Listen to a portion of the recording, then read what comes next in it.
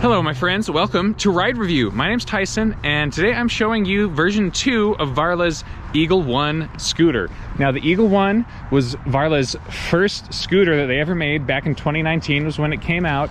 And then, over the years since then, they've added 5 or 6 different new models. And then, this one, Generation 2, version 2.0 of the Eagle One. Most of their scooters are marketed as, off-road scooters, high-performance off-road scooters. They have 1 or 2 that are, a little bit smaller, more lightweight, designed for portability in mind. But most of them are, kind of heavyweights. Now, something that stands out to me about Varla that I think is worth noting is that they actually do have dealers. Now, they're primarily direct-to-consumer, so most people who get one of these scooters, they're going to buy it online, finish the assembly themselves. But if you want to test ride one before buying it, they actually have 30 dealers in the United States, which for a company that's only been around for, 4 or 5 years, that's pretty impressive. That, I think, kind of speaks to their quality that, dealers are willing to carry them. And they also have above-average warranty, which is nice. Most of the components on the scooter are covered for 2 years, and most scooters you get 1 year, maybe 6 months. So it seems like they're really committed to the quality, trying to stand behind their product. Now, as I mentioned, this is version 2.0 of the Eagle One, and they have changed a lot on here. That's another thing that has really impressed me, is that it seems like they are listening to what their riders have to say and what reviewers have had to say about the previous version of this. So let's run through all the changes here. Some of them are, kind of small changes that actually make a big difference. One is the headlight. We've got a new headlight. It is insanely bright and it's mounted high up. On the last generation, the headlight was built into the frame and it was down here. And even though it was bright, that's a bad position for a light because it's hard to see. People in a car ahead of you probably aren't going to see it well. It just doesn't light up anything in front of you nearly as well. Moved it up here. Awesome job. Let's see, what else have they changed? The position of the charging port is now up here above the deck, which again is good. Before it was, kind of down underneath and on the side here, which is vulnerable to damage. This really helps to protect it a lot better. And it's pretty secure charging port too. The charger actually screws in here when you're charging it so it doesn't get yanked free. And these are very, very tight sealing caps. And you can dual charge it if you want to. Only comes with 1 charger out of the box. But if you want to be able to charge it very quickly, you can go for 2 of them. You might want to do that if fast charging times are important to you. This took me like 10 or 12 hours to charge. It felt like it took forever. And some of that was, I didn't want to leave it charging at night while I was sleeping, just because I'm worried about fires and stuff like that. I did find out that their batteries are UL certified now, so that definitely does add some peace of mind, but still, better to be careful. Continuing on with the changes here, they added a latching mechanism for when it's closed. So you have the hook up here that hooks onto this bar right here, so it will actually latch down when you have it folded. Before, it would just, the handlebar would squirrel all around. It was difficult to carry or transport in a car. The tires have gotten a little bit bigger and these are just better as well. These are tubeless tires now, which is awesome. And they're also a little bit wider. They're 3.5 inches wide, where the old model was 3 inches. So you get just a bit better traction, a little bit more cushion, a little bit more air in there to ride on. They're still 10 inches in diameter, but definitely definitely makes a difference, at least as far as like the traction and a little bit of extra comfort go. The deck actually shrunk down a little bit. It's 1 inch shorter, which you probably won't notice. It's big enough. I can fit 1 foot on the deck and 1 foot on the footrest. So it's good enough. It's not super wide. It's 9 inches wide. I like a wider deck. They actually have a 14-inch deck that you can get on here, sort of like an upgrade accessory if you want something bigger, which is probably what I would do, in hindsight. And then the last change is the display. Let me fire it up here. It is a little bit bigger. It's color. And check this out. I don't know if you guys can see. It is not a very bright display. I still have that nitpick about this. It's got NFC security on it now. So in order to unlock the scooter, you've got to use one of the NFC tags. Boom, there you go. There doesn't seem to be a way to unlock it manually with a code. I haven't tried. I'll check with Varla about that, but don't lose your NFC keys is the moral of the story there. But the display, it's got more details on it. I don't love the button pad. It gets the job done. My gripe is that the buttons are very close together. So if you're working this with gloves, it can be really difficult to hit the plus and minus ones on the inside. But you can take your glove off. And fortunately, you don't have to fiddle with this too much once you're riding it. So while we're up here, we'll just run through the display controls just real quick. So when it starts up, it's always in level 1, and it actually says PAS, which stands for pedal assist. So clearly this is a, you know, an e-bike display that you can use for a scooter. But it always starts in level 1, which is going to limit your top speed to like 6 to 8 miles per hour. And then as you hit the plus and you go up through your levels, all the way up to level 5, your top speed will increase. Level 5 is the max, which is 40 miles per hour, which is really fast on a scooter. You know, on a scooter with 10-inch wheels especially, that's about as fast as I dare to go. I am impressed with how stable it feels on here. We'll talk about that more in just a little bit. Jumping back into the display, when you power it on, it's always in dual motor mode. There's a little motor icon at the very top. If you want to change that, then you hold down the plus right here, and then that will switch off. That'll put into single motor mode. That's more for, you know, if you want to be more efficient, really maximize your range. It's not as fun to ride in single motor mode. Acceleration is noticeably lower, and you can only get up to like 25 to 30 miles top speed. There's no way to hit 40 using only a single motor. And you know, there's the lights. You hold down this light button right here, kick that on. This headlight is just, it's fantastic. I mean, look how bright that thing is. You know, even in daylight here, that's just awesome. You get brake lights, brake light activation, but they're not that bright. You know, they're hard to see in daylight. You can actually hold down the minus button here to turn on the running lights, which are just on the side. And I mean, yeah, you can't really even see them in the daytime. I'll get some night shots here just so I can show you what the lights look like at night, because that's when you need it the most. You know, the headlight is worth riding with it on during the day, honestly, just because it, you know, from the front, even from a long ways away, it's going to be very easy for people to see you. So that's definitely just a boost for safety. You know, make sure people are aware that you're there. I think that's you know, kind of about covers it for the display stuff. You've got your thumb throttle over here on the right, variable thumb throttle. You've got a flick bell as well. That's nice for pedestrian trails and, you know, being around other scooterists, cyclists. No one in a car is going to hear you, so I guess that is one other improvement that would be nice on here. Is if you had like you know, one of those electronic horns, the buzzer horns, that's loud enough for someone in a car to hear, just for a little extra safety. And the turn signals, I think I mentioned that already. But you know, that's just nice to have. You know, we've got enough to really cover the necessities here for sure. So Varla says this is, you know, like an off-road scooter, kind of like the, you know, the ultimate off-road performance scooter. And to me, I kind of disagree with that. I think it's more of like kind of like a hybrid of that and a commuter. It does do fairly well at off-roading, and it's certainly got the power for it. I mean, these motors are just awesome. They're 1,000-watt motors. The combined peak power of 3,200 watts is just massive. Combined torque of 72 Newton meters. Like, these are some really powerful motors. And you know, 76 Newton meters might not sound like a ton, but when you're talking about such a small wheel, a hub motor gets a mechanical advantage from a smaller diameter wheel, and so the torque on these is just bonkers. They say that this can do, you know, climb up a 30-degree incline, and I believe it. You know, it's I did one that was maybe 20 degrees or so in the ride test, no problem. So while it does very well with the off-roading stuff, you know, we've got really good quality coil swing arm suspension on here. Does a really good job of dampening out the bumps, but the problem is these are still only 10-inch wheels. It's a very small diameter. That means a high attack angle against bumps. They don't roll over things very easily. And so while it can off-road, especially if you're on like really rough, hard terrain that's got like some rocks in it, or like sort of like a washboard, hard-packed road, there's a lot of vibration in the handlebars and the deck. Doesn't feel that great. Now, they have I guess a beefier version of this scooter, the Eagle One Pro, that has 11-inch wheels, so they roll over things a lot better. It's also got like the 60-volt battery platform, so it can go a bit faster. That one feels a lot better off-roads than this one does. But then this one does, I think, better on city streets. It's a little bit lighter weight, just slightly more portable, I guess you could say. And I love how this feels on city streets. You have enough acceleration to really keep up with traffic. You've got that high headlight so that people can see you. So, you know, riding around in a city like Fort Collins anyways, there's a lot of, you know, lower speed limit streets that are 25 to 35 miles per hour for the speed limit, so I can keep up with the traffic there. I can see over them because the deck is so high. It feels great for that. Now, when it comes down to just the use case for this scooter, even though, you know, it does fold, you got to keep in mind that it's very heavy. I weighed it at 82.2 pounds. That is a lot of scooter if you live in a walk-up and got to carry this up and down stairs.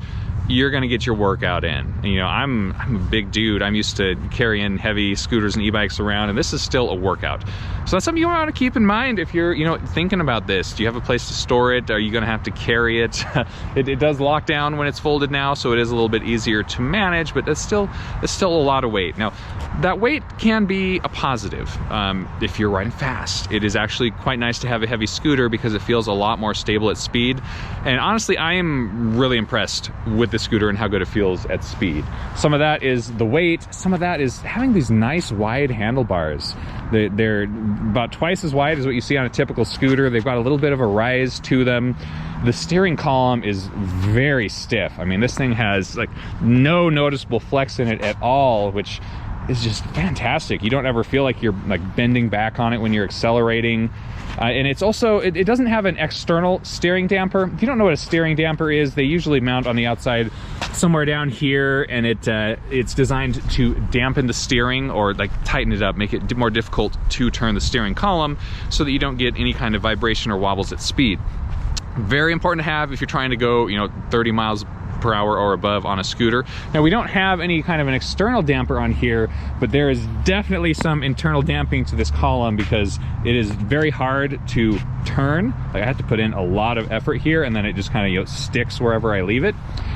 Now, that is awesome because when you get going fast on this thing, you don't feel a whole lot of like wobbles and just squirrely behavior coming up through the steering column into your handlebars. I was able to hit 40 miles per hour on here and shockingly felt good about it. You know, on a lot of other scooters that I've ridden that can go this fast, there's just way too much wobbles and vibration. It's not safe, and more importantly, I think, or not more importantly, but it's just also not fun to go that fast when you feel like you could die at any second. So really kudos to them for just the stability and just the design of this with the high speed factor in mind. I do want to show you the whole folding operation here. It's really well done. There's this little safety pin here that is just the insurance pin, they call it. You know, just in case something else rocks loose. You can unscrew this all the way, and then the column will just fold down. It's a little difficult to do one-handed. And then you can just line this clasp up here. Come on. There we go. So that hooks into place. It's got the little sort of safety latch on there so it can't jar loose. And so now, you know, the steering column can go side to side a little bit, but pretty much stays right in the center. A lot easier to transport. If you're putting it in a car, you don't have to worry about it flopping all over the place. And you can actually carry it one-handed if you're, you know, feeling extra strong and wanting to get a workout. It's balanced very well, so you can just kind of pick it up in the center here. I wouldn't want to carry it like this very far, but still a heck of a lot easier to transport than the previous version of the Eagle One. Now, since Varla did ship me this, I got to put it together, so I can tell you a little bit about that process.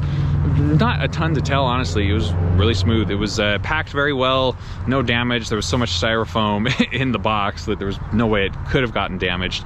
You don't really have to assemble a lot with scooters. They're a lot easier than e-bikes. You know, I had to mount the handlebars on here, mount the display, mount the headlights, and you know, that was it. Charge it, it's ready to rock and roll. Check the tire pressure, etc.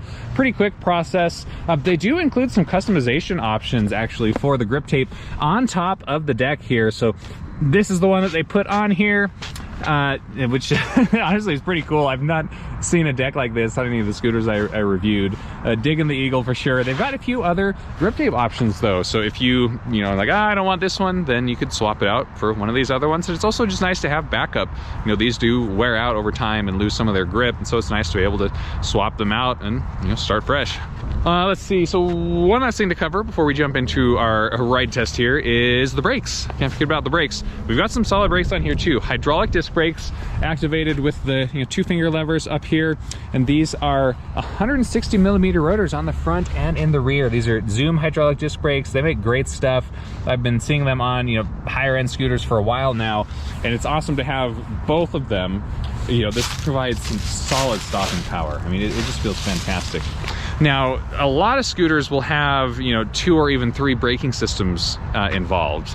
You know, some of the ones I've rode recently had, you know, one disc brake on it, and then 1 drum brake, and then there's often also an electronic brake that's built into the motor. And there doesn't appear to be that on the Eagle One. You know, you can't see those externally. They would be built into the hub of the motor, but essentially it's just an electronic braking system that uses the motor to slow down and stop the scooter. Sometimes those have some regenerative capabilities, but usually you can tell when you have those, because if you squeeze down on the levers just a little bit, you know, not enough to really activate the disc brakes, then that will still trigger the electronic braking system, and you'll feel the brakes start to kick in, and you can squeeze down further to also activate the mechanical system. And now, while it can be nice to have those multiple systems for redundancy, you don't really need that. The electronic brakes are the ones that can sometimes fail, and so you need a mechanical system as well as a redundancy fail-safe for the electronic system.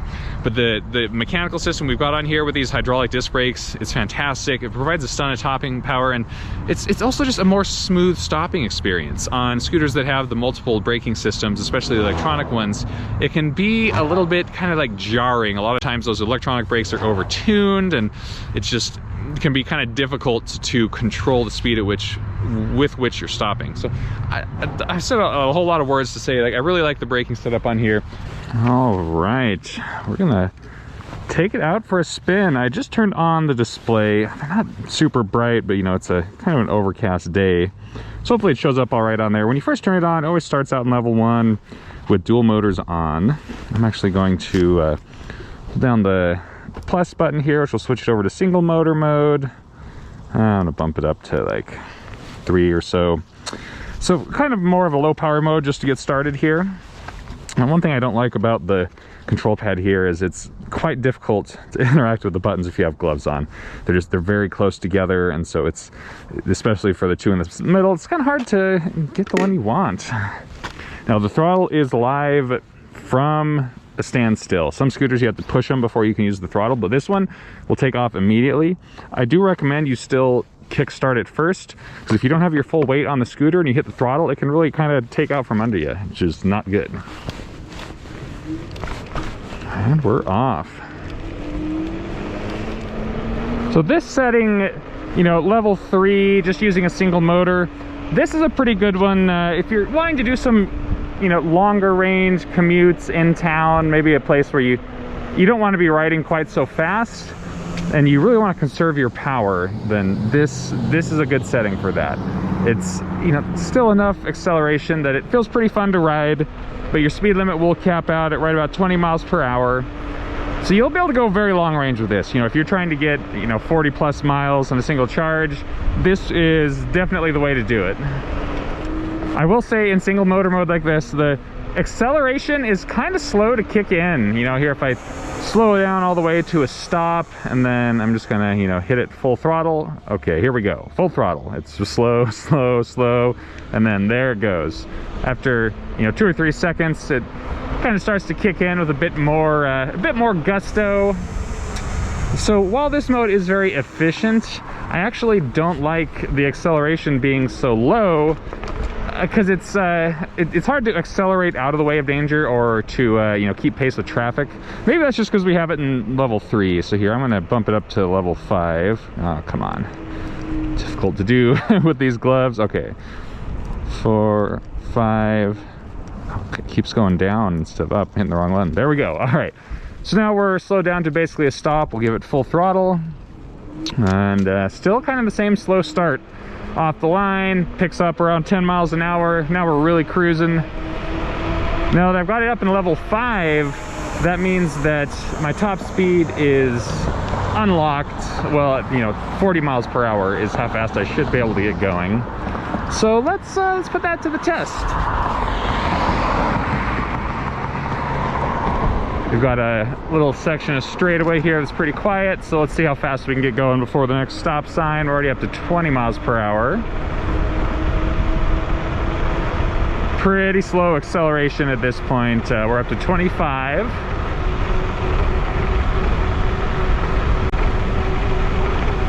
We're 27. We're just about topped out. I think 30 miles per hour is probably about how high you can hit if you have it in single motor mode. That's going to be about your limit, and you know, 25 is probably more realistic, especially if you've got some you know, some inclines, some rougher terrain.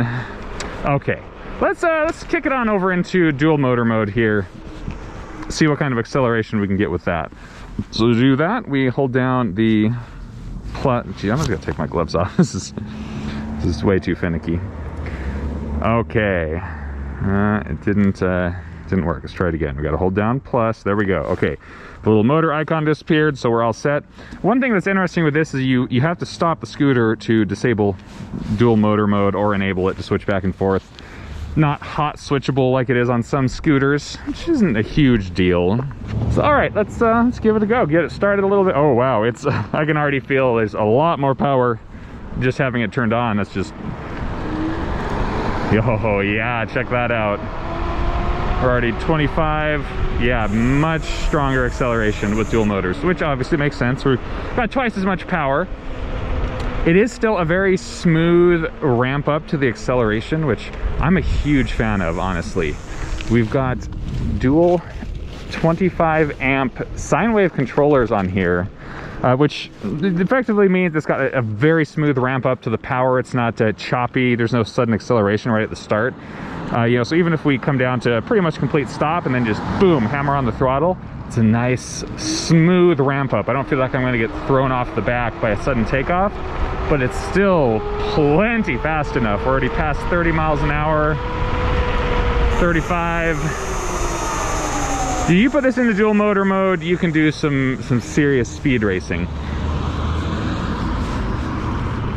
It is going to eat the battery a lot faster, of course.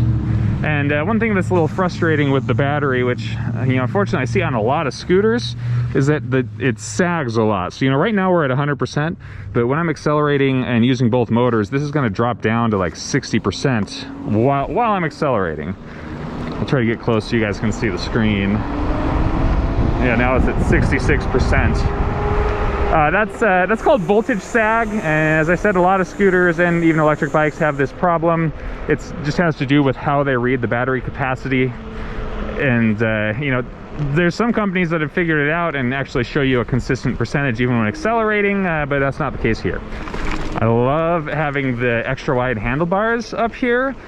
It feels a little bit more like I'm on a bike and not on a scooter. Like it feels a lot more stable. I don't feel nearly as much, you know, wobbling and weird just like frame flex jitteriness. This it feels extremely stable. Some of that is having the wider handlebars, and some of that too, I think, is just the entire stem up here is just very rigid. It's rock solid. I mean, I can actually, you know, at these lower speeds, actually, you know, steer it with one hand. It doesn't feel extremely stable doing that, but I can actually do it. Most scooters, you know, there's no way I'm taking one hand off the grips if I'm rolling. Ooh, it's a little muddy back here. This could this could be a bit of an adventure. This kind of off-road and trail, this feels awesome on this scooter. Now, as I've mentioned before, you know, having these smaller wheels, only 10 inches in diameter, they can't roll over bumps very well. So even though we've got great suspension, really big bumps just don't feel great.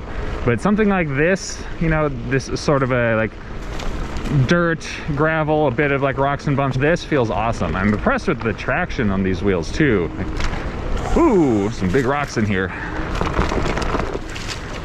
Yeah, the traction feels solid. I mean, even on this really questionable terrain in here. Oh, a little bit of a hill. Woohoo! You know, this is kind of a mix of like dirt and mud. We've got leaves everywhere. So pretty slick terrain, and we're just tearing through it.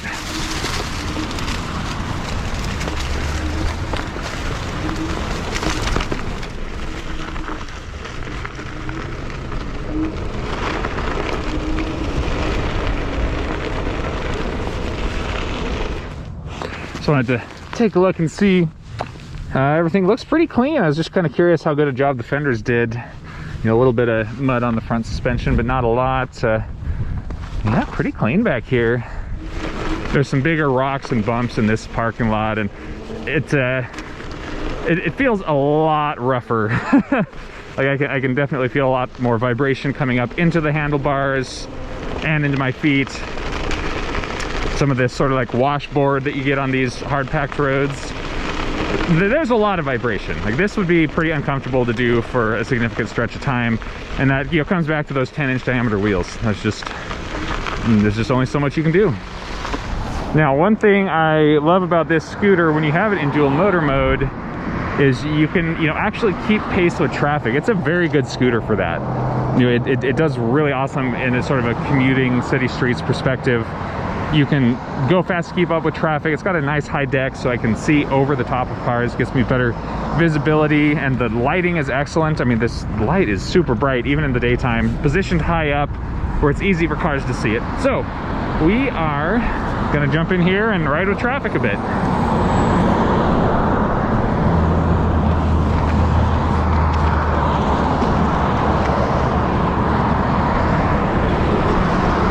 See how fast we can get going.